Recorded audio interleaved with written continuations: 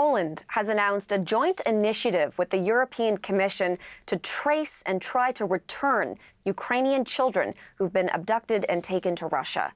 That announcement coming as Russia's actions in Ukraine are dominating the opening day of the latest meeting of the UN Human Rights Council.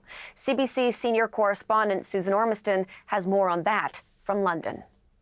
That Human Rights Council opening today in Geneva, it's the longest ever, 5 weeks, an indication perhaps of the breadth of human rights issues which are seizing the world, especially the repression, as we've heard so often, of dissent in Russia and Belarus, and primarily human rights abuses in Ukraine. Antonio Guterres, the UN High Commissioner, he hasn't often spoke at the opening of the council meeting, but he did today, and he says the war has changed the world.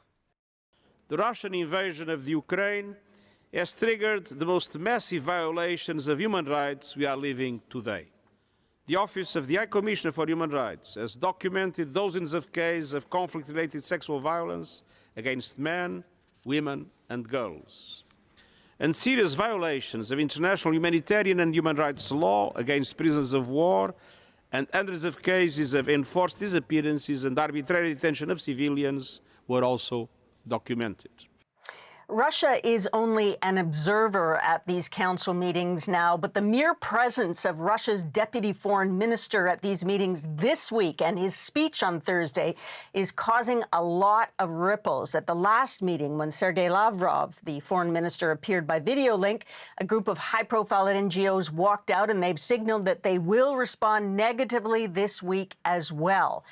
But, you know, the war has sucked up so much attention from other human rights issues. There is a full agenda at these meetings with hotspots all over the world.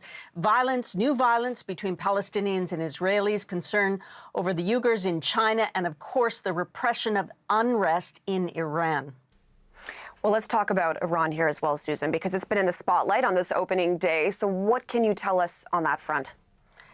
Well, the Iranian foreign minister is also an awkward guest at the council meetings this week. His visit comes in the wake of vociferous and continued protests after the arrest by the morality police of the 22-year-old woman who died in custody. Those protests have been ongoing, and there have been demonstrations today already outside these meetings in Geneva, some graphic depictions of hangings, and women also making their voices heard sharply outside those meetings and against the foreign minister's visit. Some delegates of various NGOs have walked out in protest. So clearly the presence of both Iran and Russia this week, very sensitive, and threatens to turn this into a political stage.